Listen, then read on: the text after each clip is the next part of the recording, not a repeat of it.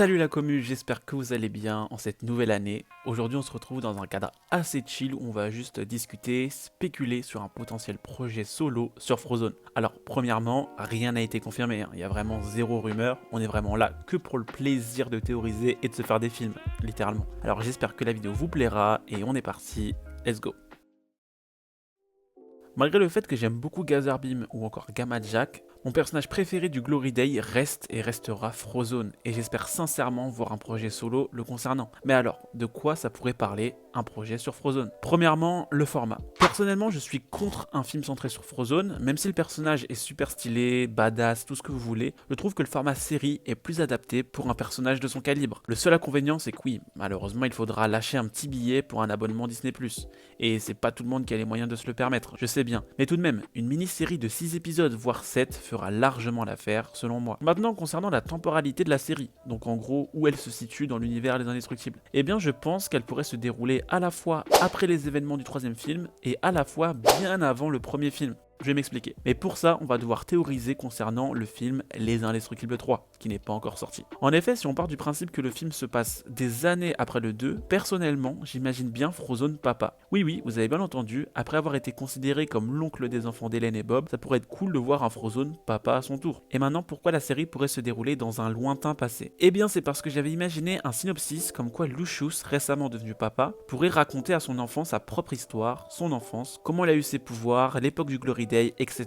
Et ça pourrait être l'occasion justement de revoir certains personnages, comme Gazerbeam ou encore Gamma Jack, avec qui il avait fait partie de la même équipe, ou encore même Blazestone, avec qui il est resté en couple pendant un petit moment. Mais là où ça pourrait être vraiment intéressant, c'est concernant son enfance, et ses premières missions en tant que super. Car vous l'avez tous remarqué, mais Frozone est un homme noir qui vit dans les années 50 aux États-Unis. Et étant donné que Pixar a toujours été un studio engagé et inclusif, ça pourrait vraiment être intéressant de connaître l'enfance de Frozone dans ce contexte, mais surtout ses débuts en tant que super. On pourrait avoir des scènes super fortes en émotion où par exemple un civil refuse de se faire sauver par un homme noir, même dans un moment critique. Après bien évidemment ça reste Pixar, donc faudrait rendre la chose plus subtile, je veux pas non plus entendre le N-word, mais je sais que Pixar est très fort pour nous faire passer des messages importants. Donc sur ce point je veux bien leur faire confiance. Mais voilà. Juste savoir comment Frozone a fait pour se faire une place dans un monde qui ne voulait pas de lui, à une époque très compliquée, donc franchement rien que ce point-là pourrait être vraiment intéressant. Après bien évidemment on aura la première rencontre avec Bob qui deviendra son meilleur ami par la suite, la création du fameux club secret de Monsieur Indestructible, sa relation avec les autres super, Blazestone, etc. Et mais surtout le plus intéressant, eh bien ses missions solo contre des vilains. Et oui, parce que qu'est-ce que serait un projet solo sur Frozone si on n'a pas le droit à des scènes grandioses, spectaculaires, où il utilise pleinement ses pouvoirs? L'idée c'est pas d'avoir non plus un best-of des exploits de Frozone dans une mini-série de 6 épisodes, mais d'avoir vraiment un fil conducteur, un vrai fil rouge avec une vraie intrigue, une vraie menace, des vrais enjeux. Et tout ce qui concerne le club secret, Bob, etc., ça serait vraiment du annexe, ça serait des caméos quoi. Mais voilà, je voulais énumérer ce que j'aimerais voir dans un projet solo sur Frozone. Et concernant sa conclusion, j'imagine bien Frozone finir de raconter son histoire à son enfant avant qu'il se couche. Et après avoir entendu tout ça, et que Lucius ait quitté la chambre, impossible pour l'enfant de dormir. Il a des étoiles plein les yeux et pense qu'à une chose, devenir comme son père. Et la série pourrait se conclure sur l'enfant de Lucius qui invoque ses pouvoirs pour la première fois. Et puis fin. Après, ça reste à voir, puisque génétiquement, l'enfant de Lucius sera métis au niveau de son ADN, puisque Oni, la femme de Lucius, est une simple humaine. Donc, soit comme sa mère, il n'aura pas de pouvoir, ou soit comme son père, il en aura. Après, pareil, est-ce que ça sera un mini Frozone avec des pouvoirs de glace, ou alors il aura des pouvoirs bien différents? Franchement, là, honnêtement, je peux pas le savoir. Là, j'avoue, j'ai plus trop d'inspi à ce niveau-là. Donc, je vous laisse pourquoi pas imaginer tout ça en commentaire.